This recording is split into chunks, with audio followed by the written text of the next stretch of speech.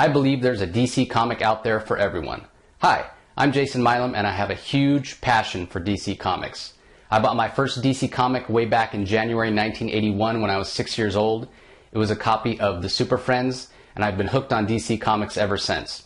And as I said, I believe there's a DC comic out there that can interest anyone. It's just a matter of matching up the right comic to the right person. I believe we're in a golden age of comics right now. Comics have really entered the mainstream pop culture, and I feel it's very important to convert a lot of those moviegoers and TV watchers of these great comic book properties into comic book readers.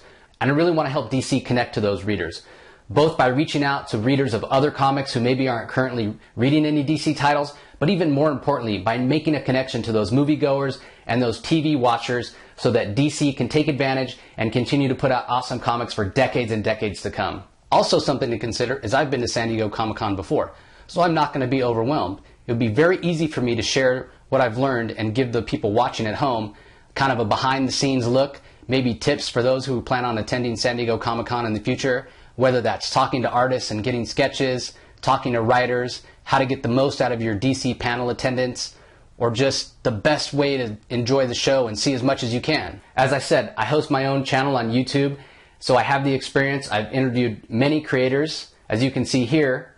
Are there any artists, more current artists, maybe artists that have broken in the last 10 years that you're a big fan of or that you follow their work on a consistent basis? There are some,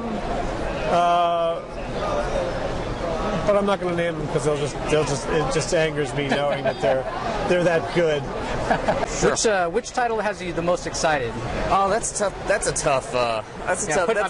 loaded question. I think there's something that I'm excited about with all of them. What they did was they took our two pitches. They loved them so much and couldn't decide between them.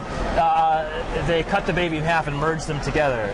So really, it should be called Voltron Grayson. It really should be called Voltron Grayson. Yeah. At some point, his arm launches off, and it's Damien. That's the big twist of the show. Damien's been his arm the whole time.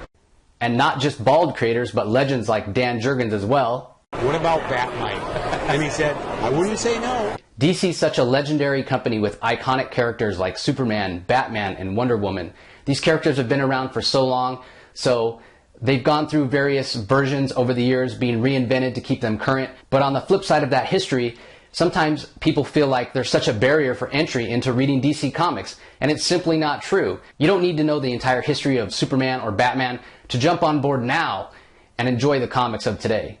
Personally, my knowledge and love for DC spans the decades, from the quintessential artists of the Golden Age for Superman, Wayne Boring, to the reinvention of Flash and Green Lantern in the Silver Age, up through the Crisis, onto the creators of today like Scott Snyder and Jim Lee. There's no era of DC Comics that doesn't get me excited. There's no era of DC Comics that doesn't have great stories, and I can't wait to share this knowledge with anyone who will listen. So I actually just moved about 10 days ago from California to Arizona, and I'm here in my brand new comic room / studio. So let me give you a quick tour and show you some of the great DC items that I've collected over the years. So there's too much to show you in such a short period of time, but I do want to point out this cool Ryan Sook sketch. He works all digitally, so there's no actual original art for the cover of New 52 Futures End number 22. That's as close as you're going to get. So that's a pretty cool thing to have. If you move over here, I have a couple themed sketchbooks, Legion of Superheroes and Justice League. And this is actually pretty cool. This is the first comic I ever bought way back in January 1981. It's Super Friends number 40, and this one's actually signed by Ramona Fradon. So that's pretty awesome. And of course, we have the comic wall.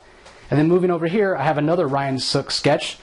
These are kind of the character designs for the Firestorm 5 years later. So again, something real rare, one of a kind. And this might be the crown jewel of my collection here. This is actually a prototype of the cover of Justice League Deadshot 7.1. It was given to me by Dan Didio at San Diego Comic-Con 2013. So there's no issue inside. It's a prototype, like I said, just the cover, one of a kind. Really cool. So with my experience in front of the camera, doing creator interviews, producing my own show, my knowledge and love of DC Comics, I feel like I'd be an excellent choice for the DC All Access San Diego Correspondent this year. Don't you think so, Steve? By the way, this is Steve, my Court of the Owls mask. Yeah, Steve thinks I'd be a good choice too. And on a personal note, I just wanted to mention that Grayson is the best comic being put out in the industry today. From the incredible experimental storytelling of Tom King and Tim Seeley to the amazing art by Mikhail Janin.